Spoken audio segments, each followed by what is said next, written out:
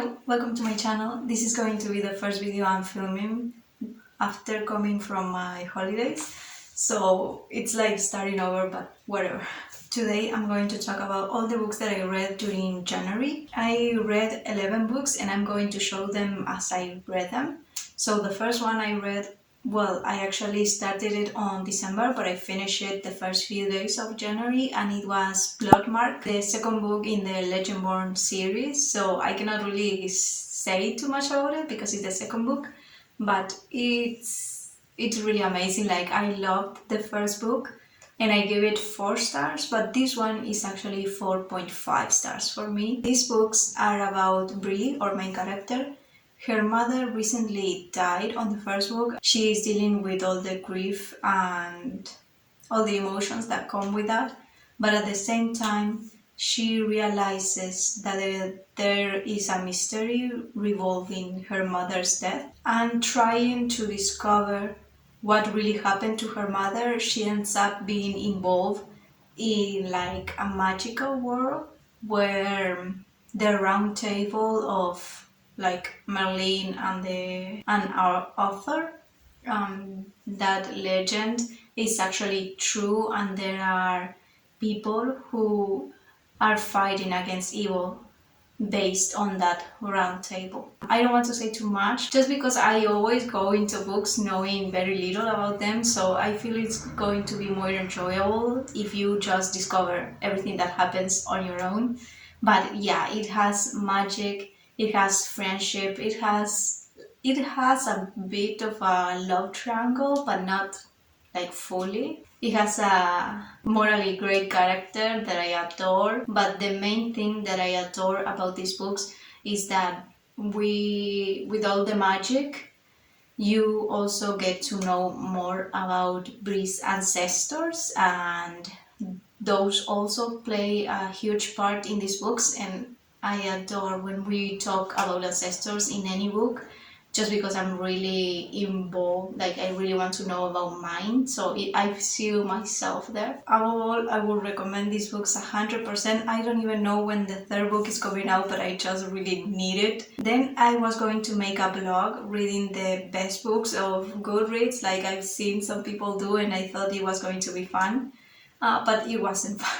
I read Sea of Tranquility. That's not how you pronounce it, but that's how I'm pronouncing it. This won, I think, best sci-fi for Goodreads 2022. This is a time travel book where you get to see different storylines and then how they connect. But besides that, like, I couldn't really tell you what else is this about. The main protagonist, I think he was sweet and he had a nice story, but at the end of the book I was like, what is the point of this book? Like, nothing felt really intriguing or like I was hooked.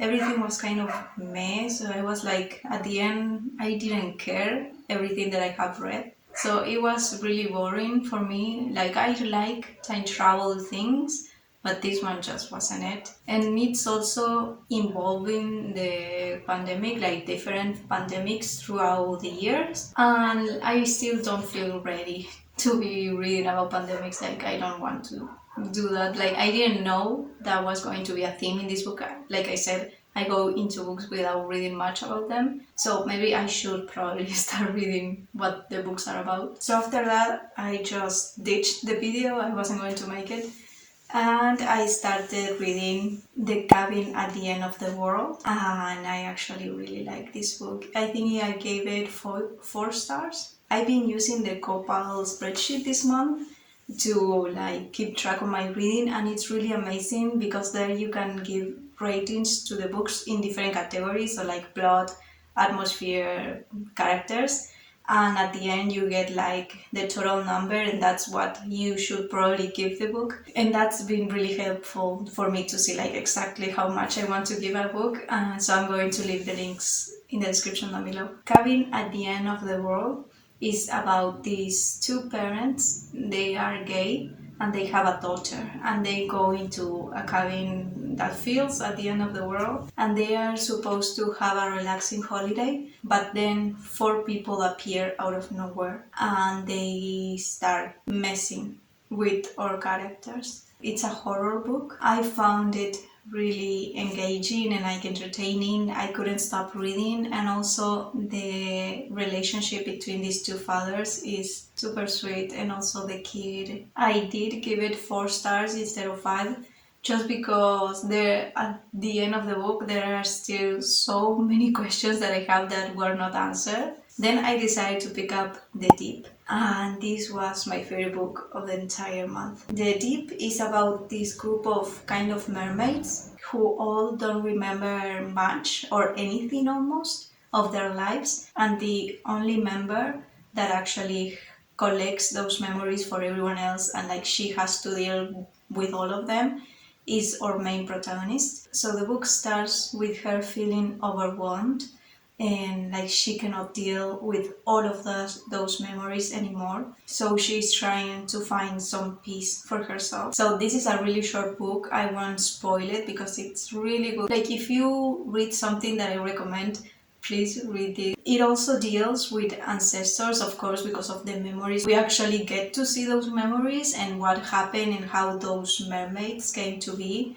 I will say it's related to slavery, so it's really violent, but at the same time it shows how after something so horrible there's still hope, and that was the main focus of the book for me, getting to see everything that all these people have gone through, and they are still fighting, being good people and like caring about each other and their community. As a bonus point though, this is kind of silly, but it has a queer relationship, and I wasn't expecting that, so it was a huge surprise, and it made me feel amazing just because I like seeing those type of relationship in the pages. It's also like that relationship, it's really sweet and kind, but also straightforward, and like they forcing each other to see the reality and the consequences of their actions. So it's very mature but still sweet, and I loved it. This will probably be on the top 5 of the year,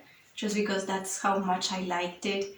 I still feel like I'm not talking about it well enough, so just go and read it and then you tell me. So then I actually decided to start with my official TBR, and I read Carmilla. This book was kind of disappointed. I gave it 3 stars. I was either expecting a sapphic romance or a really gory gothic story, and like we didn't get either. It was a weird relationship, like it was trying to show a weird relationship between a vampire and a human being, but that's not really what I wanted. I wanted a relationship, like a real relationship. So that's why I gave it 3 stars, because there's nothing wrong with this book. It's just not what I was expecting, so like I didn't really care. Then I read Gravy's Choice. This is a graphic novel. I was actually given an e-arc from this book through NetGalley, and I really liked it. It's about this kid that is plus size, and he's struggling with bullies at school, but also his father isn't really supportive of the things he likes. Like his father wants him to be a really sporty kid, and he doesn't really care about sports.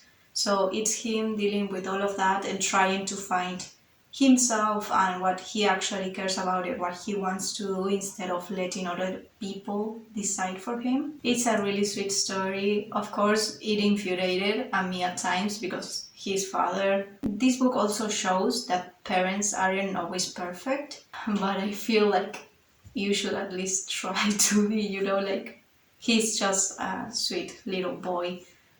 He shouldn't be fighting with his father. But besides that, I really enjoy reading this book. The graphics are phenomenal. Everything is so nice to read and to look at. The friendship he has with his best friend is so sweet, like one of the best I've read. So caring and like no jealousy at all, and that's just perfect. Then I read Can't Let Her Go, which was actually on my TBR too, and I'm so disappointed I didn't like it.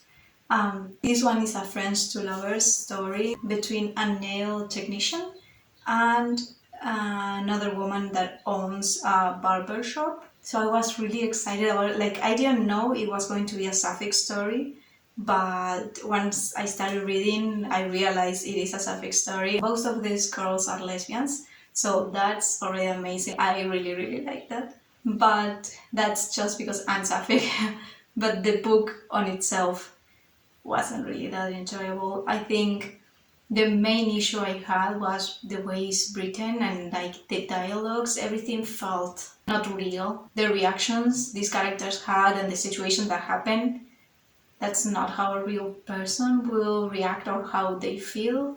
At times, some dialogues felt really childish, and these women, I think they are like 30, 40, so it was really putting me off. I didn't like the characters themselves, like the personalities, but at the same time I feel like their personalities weren't really flashed out. It felt like I was reading a book, you know, like I didn't get immersed in the story. It felt just like characters that felt really superficial, and everything was very superficial, and I didn't get anything out of it. It had some sweet moments, you know, regarding friendship, and I did laugh. But besides that, this book wasn't really for me. Then I actually read my physical books, and I started with An Interview with a Vampire. I DNF'd it. I actually left it at 191. So like I still had a chunk to go through, but I was just over it. Well, this book is like An Interview with a Vampire, and the vampire is the owner of a plantation in the 1700s, so already a horrible person. There's a bunch of pages of him explaining the entire process, the story. Like, of course it's the interview, but I thought something interesting was going to happen, but it's just him talking and talking and talking, and like his story isn't really that interesting to be talking so much. And then we get introduced to a small girl. She's 5 years old, and he is tempted by her from the start. It's just disgusting. Like, I read a couple of more I read a ton. Like, I should have DNF'd it as soon as he said that small girl was tempting.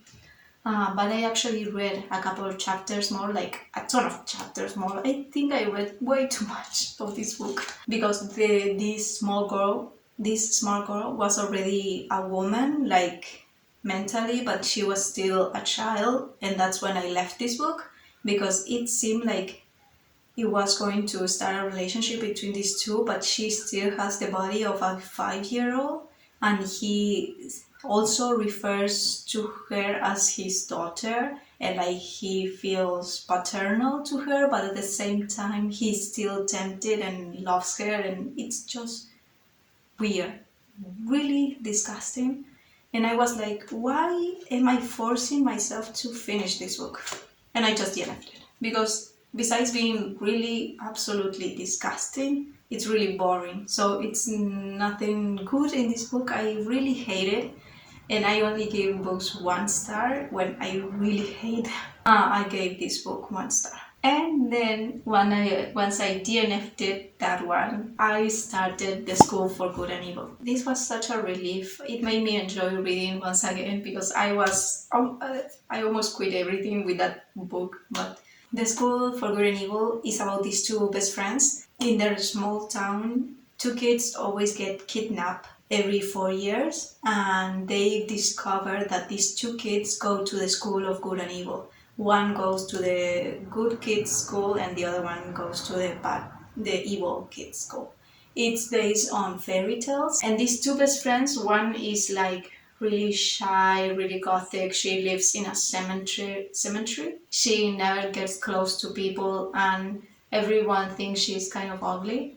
And then the other best friend is like a princess. She's blonde, she's cute, everyone adores her, she's nice to everyone. But once they get to the school, the evil one actually gets dropped off at the good kids school, and the princess one gets thrown off in the evil school side. So it's them trying to escape this place or get back to their corresponding places, because they think what happened is that they were placed incorrectly. It's a really awesome story about friendship. I love this friendship.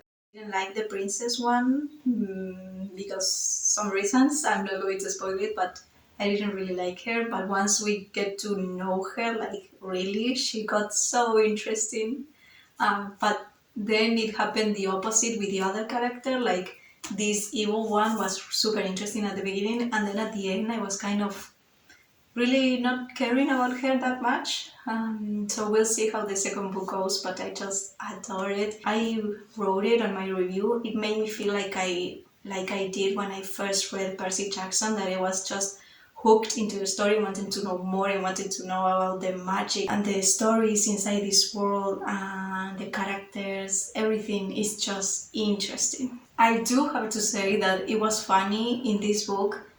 Princess, like Prince Charming, are actually important because then I found out this book is written by a man, and that made so much sense because who cares about princess? Like, they never have stories, they are just there to be pretty and to be what the princess wants, but no one really cares about Prince Charming, or like I couldn't mention you 5 of those.